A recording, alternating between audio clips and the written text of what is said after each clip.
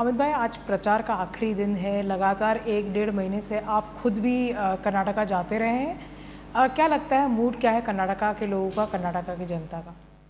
कर्नाटक के सभी क्षेत्रों में मेरा दौरा हुआ है, चाहे वो उत्तर कर्नाटक हो, मतलब कित्तूर कर्नाटक हो, कल्याण कर्नाटक हो, मैसूर मांड्या रीजन हो, हासन हो या बेंगलुरु हो।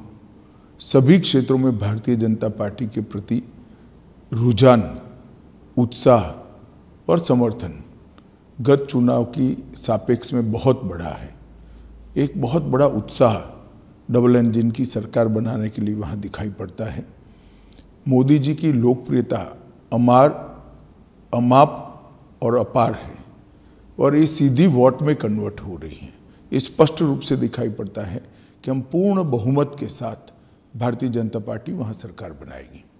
इस बार जो आपकी पार्टी ने टिकट्स दिए हैं उसमें खास करके युवाओं को मौका दिया गया है, नए लोगों को, बहुत सारे लोगों को मौका दिया गया है। ये किसके तहत, मतलब क्या सोच रही है? भारतीय जनता पार्टी हर बार बदलाव करती है, इस बार भी किए हैं और स्वाभाविक है युवाओं को मौका देना भारतीय जनता पार्टी का हमेशा से एक चलन रहा है और इस बार हमने जरा विशेष ध्यान दिया है।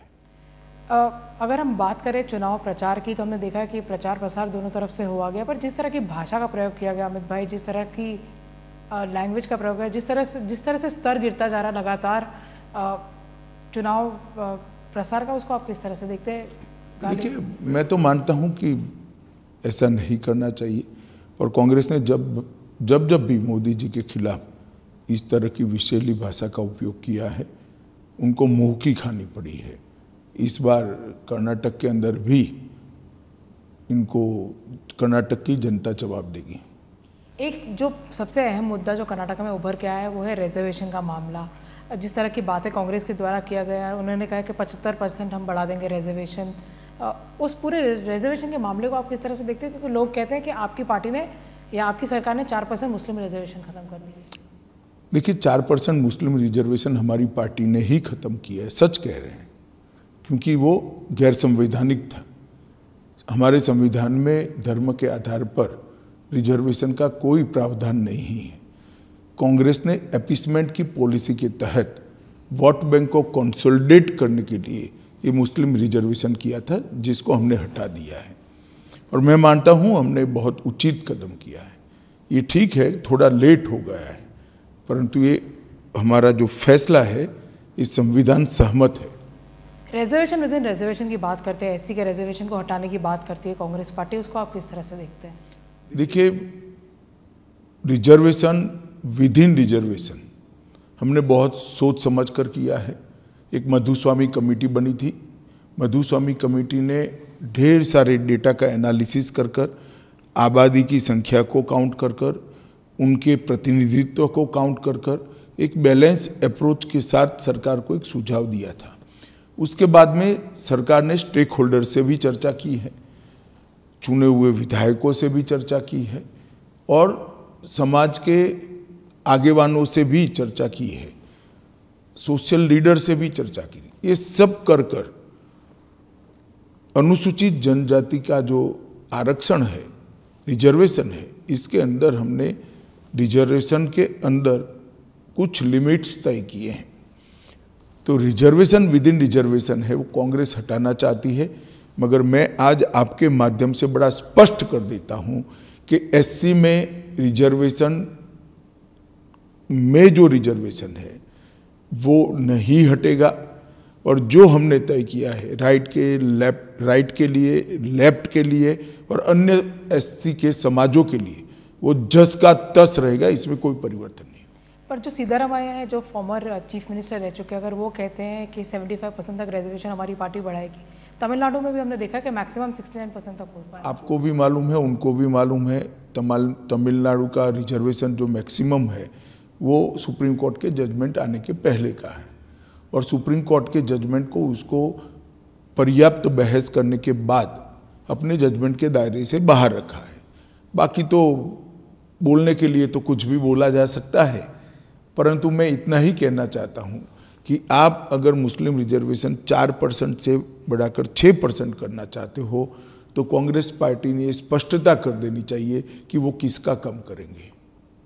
ओबीसी का कम करेंगे, एससी का कम करेंगे, एसटी का कम करेंगे, लिंगायत का कम करेंगे या वोकलिगा का कम करेंगे। सिद्धरामैया जी ने चुनाव प्रचार समाप्त होने के पहले स्पष्टता कर देनी चाहिए। एक आखिरी सवाल मेरा आपसे रहेगा, आप लगातार दौरा करते रहे कर्नाटका का, वोटिंग होनी है 10 तारीख को, आपकी क्या अपील रहेगी कर्नाटका की जनता को?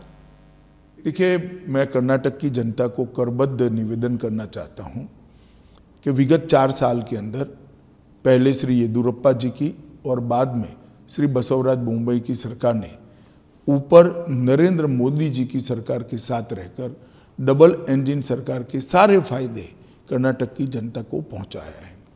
पहली बार कर्नाटक का इंफ्रास्ट्रक्चर डेवलपमेंट, इरिगेशन और बाकी सारी ग्रामीण विकास और शहरी विकास की सुविधाएं irrespective of region pan Karnataka फैली है और लगभग 50 लाख लोगों को नरेंद्र मोदी सरकार के गरीब कल्याण के बेनिफिट्स पहुंचे हैं। मैं 50 लाख लोग जब कहता हूं तब 50 लाख परिवार होते हैं। ये बहुत बड़ा फायदा नरेंद्र मोदी सरकार के नेतृत्व में डबल इंजन सरकार का नीचे तक पहुंचे। मैं एक ही उदाहरण कर्नाटक की जनता को देना चाहता हूं। प्रधानमंत्री किसान समृद्धि योजना के तहत जब सिद्धरामैया जी की सरकार थी, नरेंद्र मोदी जी ने लिस्ट मांगा था कि कितने किसानों को प्रधानमंत्री किसान समृद्धि योजना का फायदा कर्नाटक में दे सकते, इसका आप लिस्ट भेजिए। उन्होंने हमारा मजाक उड़ाते हुए सिर्फ 17 किसानों की लिस्ट भेजी थी। इसलिए उन्होंने लिस्ट इतनी छोटी भेजी थी कि उनको डर था कि अगर मोदी जी का हर साल चेक किसानों के अकाउंट में जाता है तो भारतीय जनता पार्टी की लोकप्रियता बढ़ेगी। जब येदियुरप्पा जी मुख्यमंत्री बने, फिर से लिस्ट मांगी गई। येदियुरप्पा जी ने 54 लाख किसानों की लिस्ट भेजी है और अब तक बोम्मई सरकार और मोदी सरकार ने मिलकर 54 लाख किसानों को 15,000 करोड़ रुपया उनके सीधे बैंक अकाउंट में ट्रांसफर किया है। इसी प्रकार से सभी स्कीमों का फायदा डबल इंजन की सरकार होने से ही कर्नाटक की जनता तक पहुंच सकता है। ढेर सारे इरिगेशन के प्रोजेक्ट, ढेर सारे इंफ्रास्ट्रक्चर के प्रोजेक्ट्स हमने शुरू किए हैं, वो पाइपलाइन में है, इसको भी पूरा करना है। अतः मैं कर्नाटक के मतदाताओं को करबद्ध निवेदन करता चाहता हूं, मोदी जी के नेतृत्व पर भरोसा कीजिए। हमारी कर्नाटक की सरकार एक समृद्ध, सुरक्षित और सभी प्रकार से संपन्न कर्नाटक की रचना करेगी।